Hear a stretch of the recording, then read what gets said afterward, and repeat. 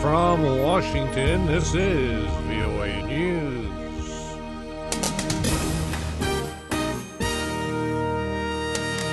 Russian anti-aircraft missiles headed for Syrian government use. President Obama visits the Jersey Shore again. I'm Ray Kouguell reporting from Washington. A senior Russian diplomat says Moscow plans to provide advanced air defenses to Damascus to deter foreign military action against Syria's pro-Russian government, which is embroiled in a civil war.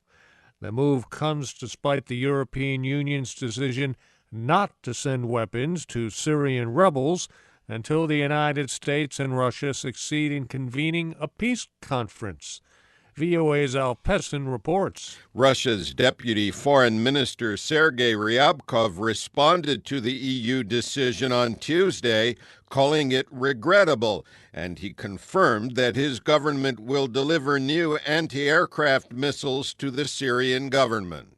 Российская Федерация поставляет оружие законным властям, He said Russia is providing defense to an established government based on an existing contract, and that the missiles would allow Damascus to respond to an air threat, a capability the rebels do not currently possess. Pessin, VOA News, London. Israel and the United States have urged Russia not to proceed with the sale, fearing the air defense system will threaten Israeli security and complicate any military action they may take in Syria. The White House says President Obama will talk about cybersecurity next week with Chinese President Xi Jinping amid fresh reports of cyber attacks on critical U.S. defense systems. The Washington Post newspaper published parts of a confidential defense report outlining more than 24 breaches of missile defense and other weapon systems by Chinese hackers, including many that had not been previously reported. Agents from 5 continents have smashed a huge money laundering scheme that allegedly helped 1 million criminals hide their profits. The U.S. Justice Department indicted the Costa Rican-based Liberty Reserve digital currency company. 5 suspects were arrested in New York, Spain, and Costa Rica. 2 others are still at large.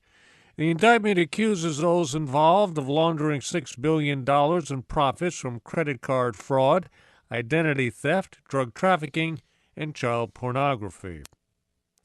Afghan officials say 7 police officers were killed at a security checkpoint in the southern province of Kandahar.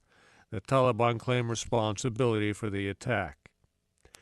Gunmen in Pakistan have shot and killed a female polio worker and wounded another. The women came under attack Tuesday in a village near the northwestern city of Peshawar. There's been no claim of responsibility. Russia says it will ask the International Olympic Committee to keep wrestling in the Games.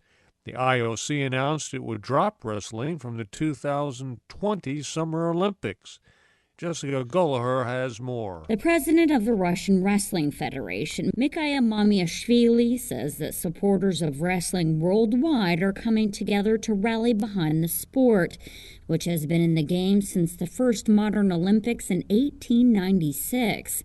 The IOC is a for-profit organization, and wrestlers were warned that if the sport wasn't modernized, adapted for a new environment, and made for better TV watching, it would be permanently dropped from the Games. IOC members are expected to meet in St. Petersburg Thursday to make recommendations before a final vote on the issue by the IOC in Buenos Aires in September.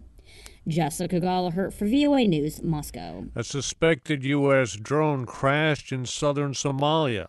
Al-Shabaab militants, in a message posted to Twitter, did not claim responsibility for bringing down the drone, but the group said it took possession of the wreckage and moved it to what it called a safe location.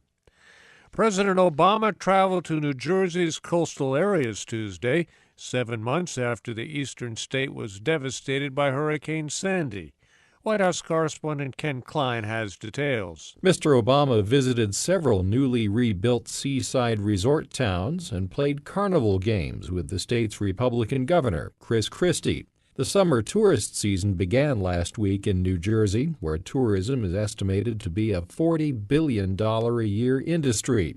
On the boardwalk in Asbury Park, Mr. Obama recognized the progress that made it possible for the shops, arcades, and food stands to reopen. You are stronger than the storm.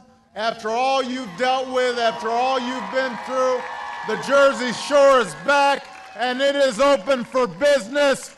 Many more homes and businesses have yet to be rebuilt, and the president pledged that more help is coming from Washington.